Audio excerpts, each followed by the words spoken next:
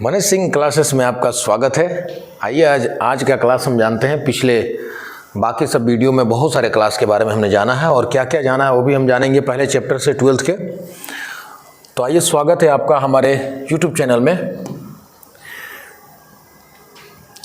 हमने क्या क्या पढ़ा है यहाँ से हम लोग को लैंगिक जनन में भी हमने एक पार्ट डाला हुआ है वीडियो का, और हमने बहुत सारे अध्ययन कर चुके हैं। हमने यहाँ पर ये सारा चीज़ जो है ना हमने आपको पढ़ा दिया है।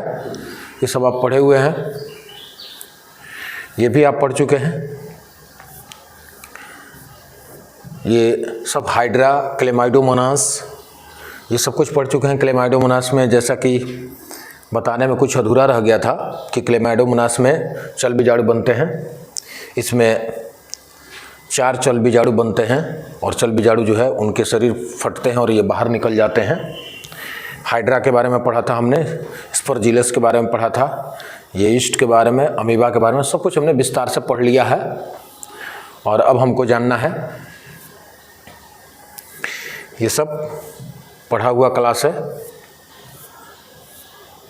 तो बहुत सारे चीज़ हमने वीडियो में पढ़ लिए हैं। और आपको किसी भी प्रकार की प्रॉब्लम, दिक्कत हो, जो टॉपिक हम पढ़ा रहे हैं उसमें किसी भी प्रकार की दिक्कत हो, किसी प्रकार का हेजिटेशन हो, आप कमेंट बॉक्स में लिख सकते हैं।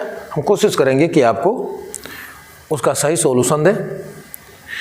लैंगिक जनन हमने पढ़ा है, पिछले वीडियो में आपने देखा होगा। अगर आप पूरी वीडियो नहीं देखे हैं तो शुरू से आप हमारी वीडियो देख लीजिए। बहुत सारे चीज़ जो होते हैं पिछले वीडियो नहीं देखने से आगे का वीडियो समझ में नहीं आता है। लैंगिक जनन, इसके बारे में देखिए। लैंगिक जनन जो है, लैंगिक जनन उच्च वर्गीय पौधों में और उच्च वर्गीय जंतुओं में होता है। जैसा कि बहुत सारे कुछ पौधों के नाम आएंगे और सभी के बारे में हम लोग जानेंगे। जैसा कि यहाँ पर कुछ दिया गया है, कायिक प्रवस्था या फिर किशोर प्रवस्था। तो यहाँ पर क्या है ना कि कोई भी जीव जब जन्म लेता है तो जन्म लेने के बाद वो वृद्धि करता है। वृद्धि करने के बाद से उसमें परिपक्वता की स्तर आती है, मतलब परिपक्वता का एक समय आता है जबकि वह जनन करने के लिए तैयार हो जाता है। तो जब जीव वृद्धि कर चुका होता है और वह जनन के लिए तैयार हो जाता है तो उस समय को कहा जाता है, उस अवस्था को कहा जाता है किशोरावस्था की प्रावस्था।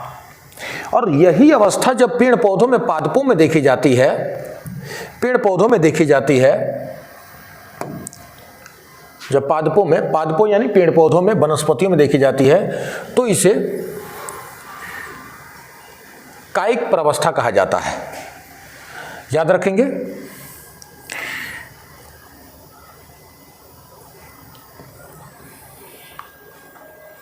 कायिक प्रवस्था कहा जाता है।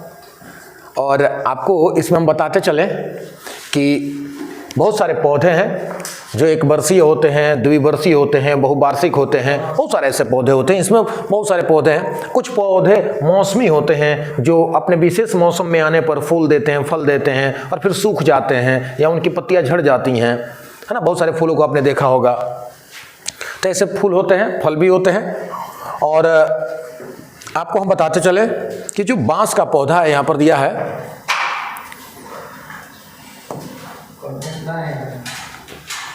बांस का पौधा है। बांस का पौधा जो होता है बहुवार्षिक होता है, परंतु बांस की सबसे बड़ी खासियत ये होती है कि बांस अपने पूरे जीवन काल में केवल एक बार पुष्प देता है, वो भी 50 से 100 वर्षों के बीच। या तो 50 वर्ष का हो जाए, 60 वर्ष का हो जाए, 70 वर्ष का हो जाए, या ज़्यादा से ज़्यादा 100 वर्ष का हो जाए, तब वह जीवन में एक बार पुष्प देता है। जो पौधे जीवन में एक बार पुष्प देते हैं उन्हें मोनोकार्पिक पौधा कहा जाता है। तो मोनोकार्पिक पौधा में आपको बांस भी आ जाएगा, मोनोकार्पिक पौधा में आपको केला भी आ जाएगा।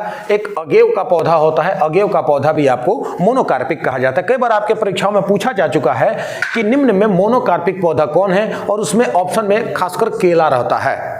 तो केला भी अपने जीवन में एक बार पुष्प देता है, फलता है, और बांस भी एक बार ही पुष्प देता है। और ये बांस का पुष्प जो है ना बड़े भाग्य से देखने को मिलते हैं। और एक और पुष्प है जिसका नाम है नीला कुरेंजी, नीला कुरेंजी, जिसका वैज्ञानिक नाम है एस्ट्राविलेंथस कुंथियाना। नीला कुरेंजी जो पौधा है उसकी सबसे बड़ी खासियत यह होती है कि वह 12 वर्ष में एक बार पुष्प देता है। आप बहुत सारे लोग पहली बार ये बात सुन रहे होंगे कि कोई ऐसा भी पौधा होता है जो 12 वर्ष बाद पुष्प देता है। नीला कुरेंजी जो है केरल, कर्नाटक, तमिलनाडु इत्यादि एरिया में, उस क्षेत्रों में बहुत ज्यादा होता है। दक्षिणी भारत में, वहां के पहाड़ी क्षेत्रों में बहुत ज्यादा पाया जाता है। 12 वर्ष पर फूल देता है यह नीला कुरेंजी। इसका एस्ट्राविलेंथस कुंथियाना इसका वैज्ञानिक नाम है। नीला कुरेंजी जो है 2006 में बहुत ज्यादा पुष्प नीला कुरेंजी से निकला था। 2006 के बाद से 2018 में भी बहुत ज्यादा पुष्प उससे पुष्पित हुआ था, फूला था, जिसके कारण केरल, कर्नाटक, तमिलनाडु के जिस क्षेत्र में यह पहाड़ी क्षेत्र में होता है उस क्षेत्र में सड़कों पर कालीन की तरह जो है नीला कुरेंजी का फूल बिछ गया था। नीला कुरेंजी जीवन में हर 12 वर्ष बाद वह यह पुष्प देता है। इसकी सबसे बड़ी खासियत यह है, याद रखेंगे आप, यहां पर दिया भी है, सितंबर से अक्टूबर महीना 2006 के दौरान केरल, कर्नाटक, तमिलनाडु के पहाड़ी क्षेत्रों में सड़क के किनारे जो है पुष्पों का कालीन सा बिछ गया था, जिसे देखने के लिए बहुत सारे लोग, बहुत बड़ी संख्या में लोग देखने के लिए जा रहे थे, भीड़ उमड़ रही थी। तो ये इस फूल की खासियत है, जैसा कि आप देख रहे हैं।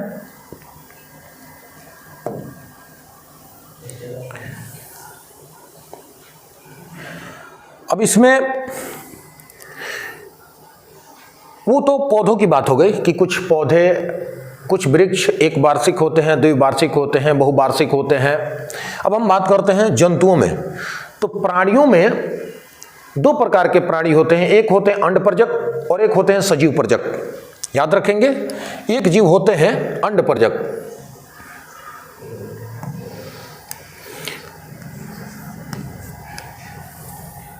एक जीव होते हैं अंडपरजक प्राणी, अंडपरजक प्राणी, और एक होते हैं सजीव परजक प्राणी, सजीव परजक प्राणी। इनके बारे में ध्यान से सुनिएगा, पहला ये, दूसरा ये। अंडपरजक और सजीव परजक क्या होते हैं? अंडपरजक प्राणी उन जीवों को कहा जाता है जो संतान की उत्पत्ति अंडे के रूप में करते हैं, जो एक सुरक्षित स्थान पर अपने अंडे को देते हैं और वह अंडा परिपक्व होता है तो उसमें प्रस्फुटन होता है। प्रस्फुटन के तत्पश्चात उसमें से जो जीव का निर्माण होता है, मतलब एक जीव निकलता है उस अंडे के बाहर। तो ऐसे जीवों को कहा जाता है अंडपरजक प्राणी। जैसे कि जितनी भी पक्षियां होती हैं वो अंडे देती हैं, सुरक्षित स्थान पर अपने अंडे देती हैं और वे अंडे एक निश्चित समय के बाद फूटता है और उसमें से एक चूजा यानी बच्चा निकलता है। सजीव परजक प्राणी उनको कहा जाता है वैसे जीव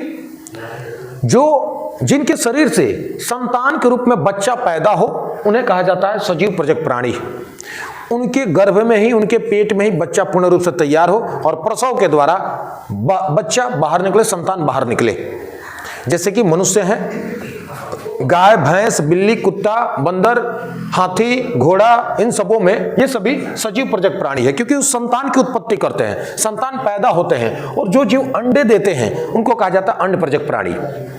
एक सवाल आपके एग्जाम में पूछता है कि अंडपरजक प्राणी की उत्तरजीविता सजीव परजक प्राणी की उत्तरजीविता से कम होती है और इसकी उत्तरजीविता ज्यादा होती है। याद रखेंगे, अंडपरजक प्राणी की उत्तरजीविता सजीव परजक प्राणी से कम होती है। क्यों? या फिर सवाल रहता है सजीव परजक प्राणी की उत्तरजीविता अंडपरजक प्राणी से ज्यादा होती है, क्यों? तो जरा ध्यान देंगे। अंडपरजक प्राणियों में अंडे सुरक्षित स्थान पर दिए जाते हैं। वो अंडा, आप देखिए जैसे मुर्गी अंडा देती है, लोग उसको तोड़ करके ऑमलेट बना के खा जाते हैं। बहुत सारे जीव हैं, छिपकली है, सांप है या पक्षियां हैं, अंडे देती हैं, तब तक दूसरा कोई परभक्षी यानी उसके शिकारी जीव आकर के उस अंडे को खा जाते हैं। तो इससे डर बना रहता है कि अंडपरजक प्राणी अंडे तो दे दिए गए, लेकिन वह जीव के रूप में निकलेगा कि नहीं निकलेगा, इसकी अनिश्चितता बनी रहती है। यह तय नहीं है कि अंडा अगर निकला है उन पक्षियों के मां के पेट से तो फिर वो अंडा बच्चा होगा, इसकी अनिश्चितता बनी रहती है। इसीलिए उसके जीवन पर, उसके उत्तरजीविता पर खतरा मंडराता रहता है बहुत ज्यादा।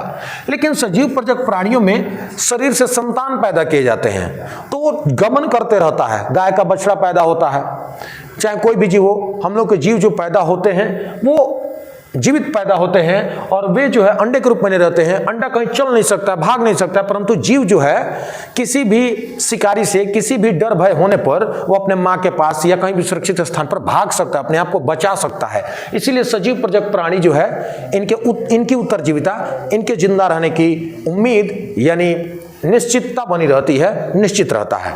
इसीलिए सजीव प्रजक प्राणी अंड प्रजक प्राणियों की अपेक्षा इनकी उत्तरजीविता ज्यादा होती है। समझ गए होंगे आप।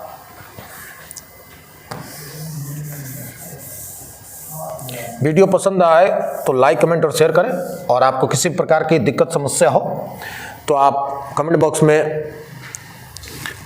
में आप कमेंट कर सकते हैं।